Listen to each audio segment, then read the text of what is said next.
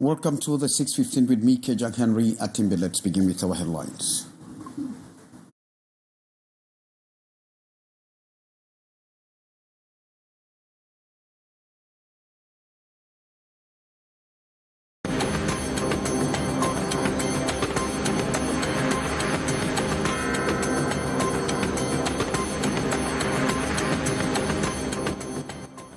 When a Roland clocks 100 days in captivity, the kidnapped divisional officer of the Idabatu was picked up on October 1, 2024. The abductors are presently demanding the sum of 100,000 police of Fort Nigerian Cameroon. And Kanyabasi vehicle spare parts market paralyzed as traders protest the arrest of their president. The president of the Union of Vehicle Spare Part Dealers is accused of tampering with official seals. And in this news edition, we will retrospect on how the economy was like in 2024, where Cameroon had to grapple with rising inflation and balance of trade deficit. Top stories.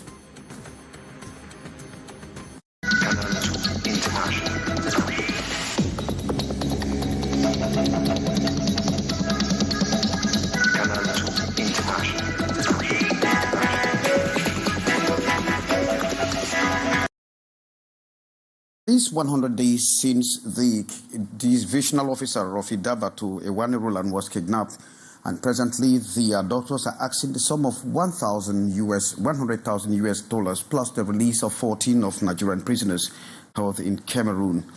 Details with Chair, who revisits the 100 years in captivity. 100 days gone, the divisional officer of Idabatu, Ewane Roland, is still under pirates' captivity. The wife sitting at these ports all day in a very depressed state. Phone calls at every minute, hoping for a return of her husband. More than 3 months gone, the kidnappers are still holding on to their demands, but with a reduction in their initial cash price. One of their brothers. Prior to this into the matter, I'm still waiting for the outcome. The pirates insist that the 2 conditions must be made before the release of the civil administrator. And the pirates are still insisting. And they are insisting that if at all they cannot find them in the Southwest prison or in Idabatu, and that particular one is communicating with them, he calls them all the time. The burden continues to weigh on the family, which has exhausted its sources of income. In fact, the family's back is already on the wall. I heard his voice yesterday. He was begging and pleading. Even if the family looks for money everywhere, can the family liberate prisoner? The family has no hand over issues like proof of their president's representative, as they hold it. Something must be done. This is 100 days. For how long are we going to wait? Ewane Roland, it should be recalled, was abducted on October 1st, breaking 2nd, 2024, alongside a council worker in a Idabatu subdivision, Nzian division of the southwest region of Cameroon.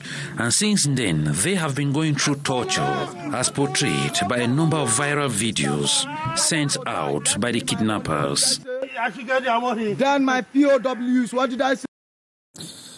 Thanks very much, Chair. Kanyabasi vehicle spare part market has been paralyzed by the traders after the arrest of their presidents. The president of that union is accused of tampering with official seal and, of course, hindering court process.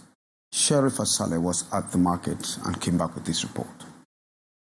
Kanyabasi, a bustling market in Douala, known for its vibrant trade in vehicle spare parts, came to an unusual standstill. Traders kept their shops shuttered, expressing solidarity with the arrested leader, the market president. We want him to be set free. He was arrested this morning. Until now, we have no idea why he was arrested. The arrest occurred earlier January 8, 2025, with local authorities alleging acts of rebellion and repeated violations of sealed premises. The Kanyabasi quarter head recounts how the president, who served as an intermediary between the traders and the administration, has faced mounting scrutiny from traditional authorities over these alleged infractions. Monsieur Lena, qui est président des pièces neuves, they can't say someone has been arrested unduly. He has misunderstandings with the authorities and he has been called to answer for what it's all about. I don't know why all this is happening. The decision to close shops by the traders has not gone unnoticed. Many customers, reliant on the market for daily earnings, express frustration at the abrupt shutdown. When they close all shops, it penalizes us. I left my garage far away to come buy spare parts. It's been 2 hours already and everywhere is still locked. The traders, however, remain steadfast in their support, demanding transparency and fairness in the handling of the case. Any person that knows where our president is, that please, no matter what, they should let him to come and give us even a speech before we can know what to do. Authorities have yet to issue an official statement. For now, Kamyabasi remains silent as the traders await the fate of their leader. Thanks, Sharifa. The 48th annual seminar of bishops of Cameroon officially flagged off in Buea, southwest region of Cameroon, with a resounding call for peace, unity, and the promotion of a common good. The landmark event marks the return of the bishops to that region. After 46 years, of course, they brought together clergy, local leaders, and other dignitaries. Ambo Gladys Tiban. The 48th annual seminar of bishops of Cameroon that opened January 7 in Buea marks a historic return to the southwest region after 46 years. The event brought together bishops, clergy, and officials who joined in a unified call for peace and progress.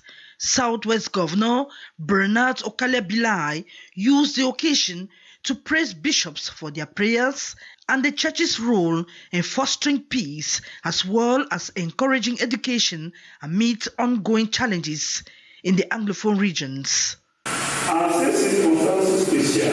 In this special circumstance, we extend our gratitude to the bishops for their dedicated prayers for peace offered daily across the country and the world. As a faith community deeply affected by the ongoing security crisis that continues to challenge our nation, these heartfelt prayers are essential. They bring comfort to many, soothe hearts, and help to ease tension.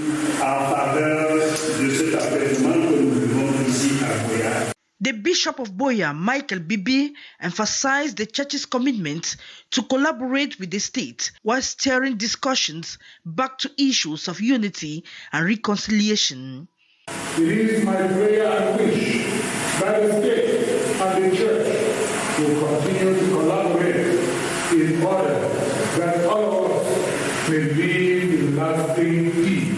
Archbishop Andrew Nkea, president of the Episcopal Conference of Cameroon, spoke with optimism about the nation's future, calling for collective efforts in building a peaceful and unified Cameroon.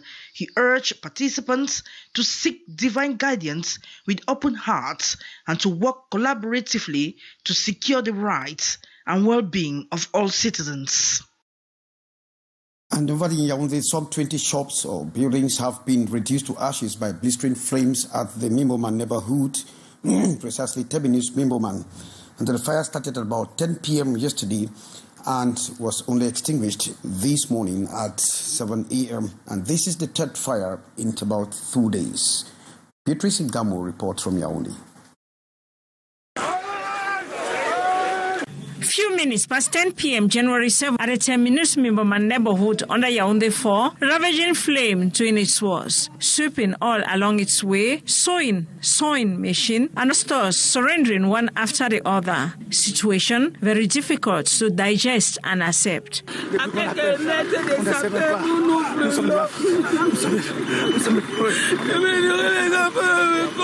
Mon frère. Ça me fait mal. J'ai mal. On dit souvent que le diable fait beaucoup de choses. Là, le diable est venu chez moi aujourd'hui. The state of the victims of this recent fire incident that was contained at around 7 a.m. this morning by the fire squad, accused of arriving late despite being in same neighborhood. In the face of such a challenging moment, seeking God's Almighty, his trusted comfort. Seigneur Jésus-Christ, on te confirme tout. Voilà le feu qui se présente là. Le feu qui est là, Seigneur, on ne sait pas d'où le feu sort, Seigneur, il n'y a que toi. Over 20 shops, stores consumed by the fire, leaving enormous material damage. But thank God, no person died in the process.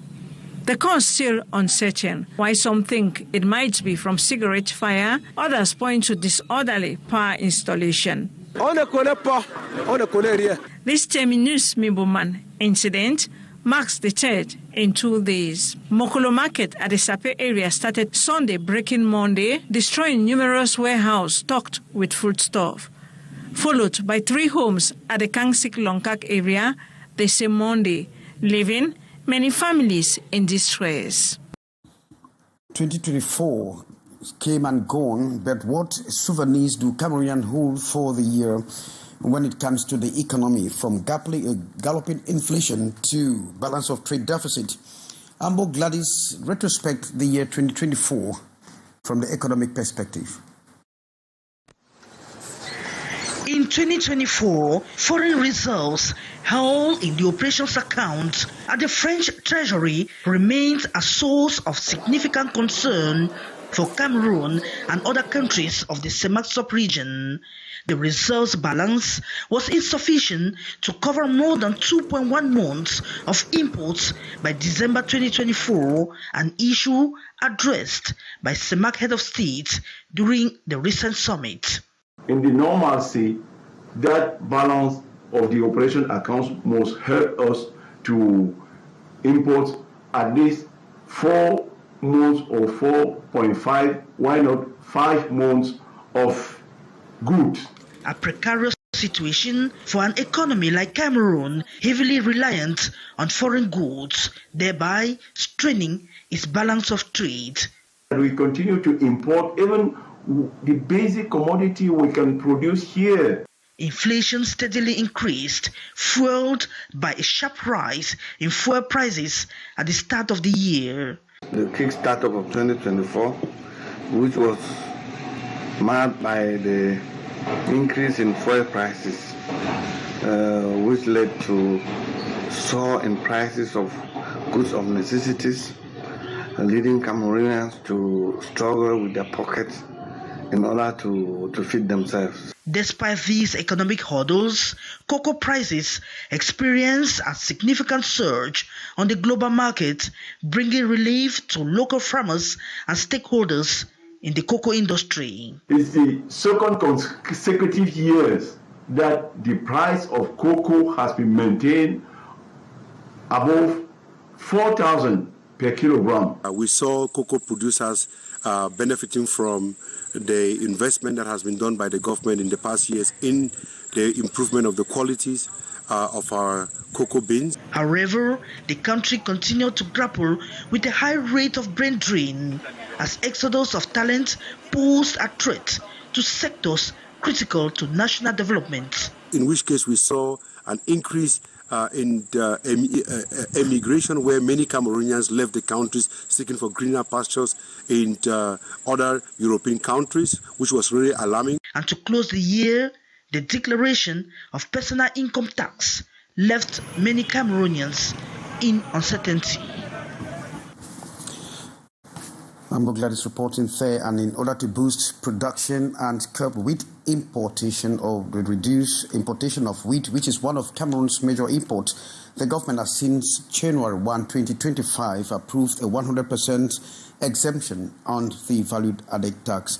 And of course, this will actually boost local production, as we are hearing from you, later, Cynthia.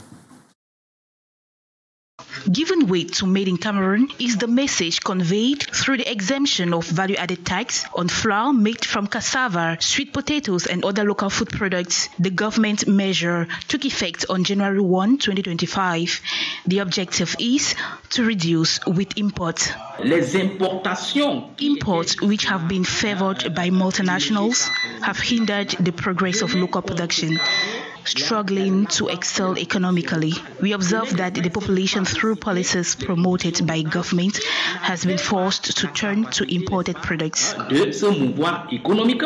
According to the National Institute of Statistics, in the report on foreign trade in 2023, wheat imports cost Cameroon 178.3 billion francs CFA, down from 208.6 billion in 2022, boosting local production estimated at 12,800 tons in 2024 involves concrete actions. Beyond reduction of VAT on local flour, the government needs to take measures to support the supply of products related to this flour. This implies the development of road infrastructure, as most production basins should have viable routes to facilitate the movement of inputs and finished products. Additionally, the process for land title acquisition should be simplified and concessions established to secure producers and reduce risk. Thirdly, there should be encouragement of agricultural credit, fully supported by the establishment of a guarantee fund. We can also consider the training of farmers. Through this measure, included in the 2025 finance law, the government aims to produce 5 million tons of local flour within 5 years.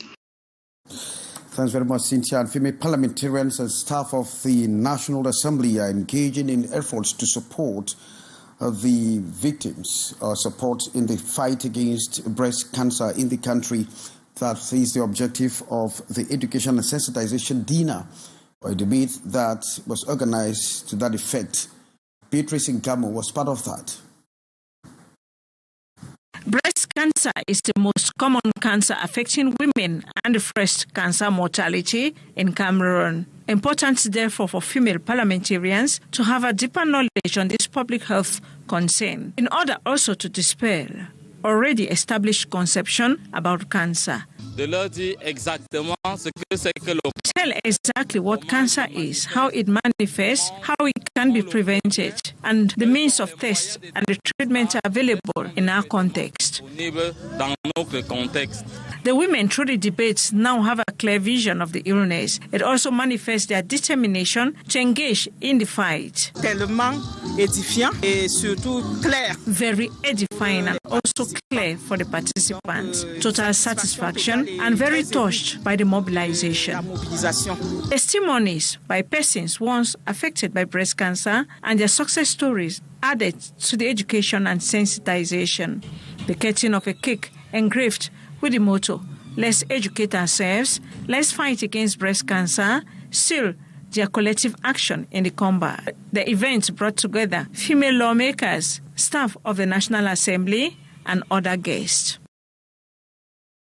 Thanks very much, Beatrice Ngamo, drawing the curtains for this edition of the 6:15 with me, Kejang Henry, in which you got information that the kidnapped duo of Idabato, Ewanerulan, is clocking 100 days in captivity today. Goodbye.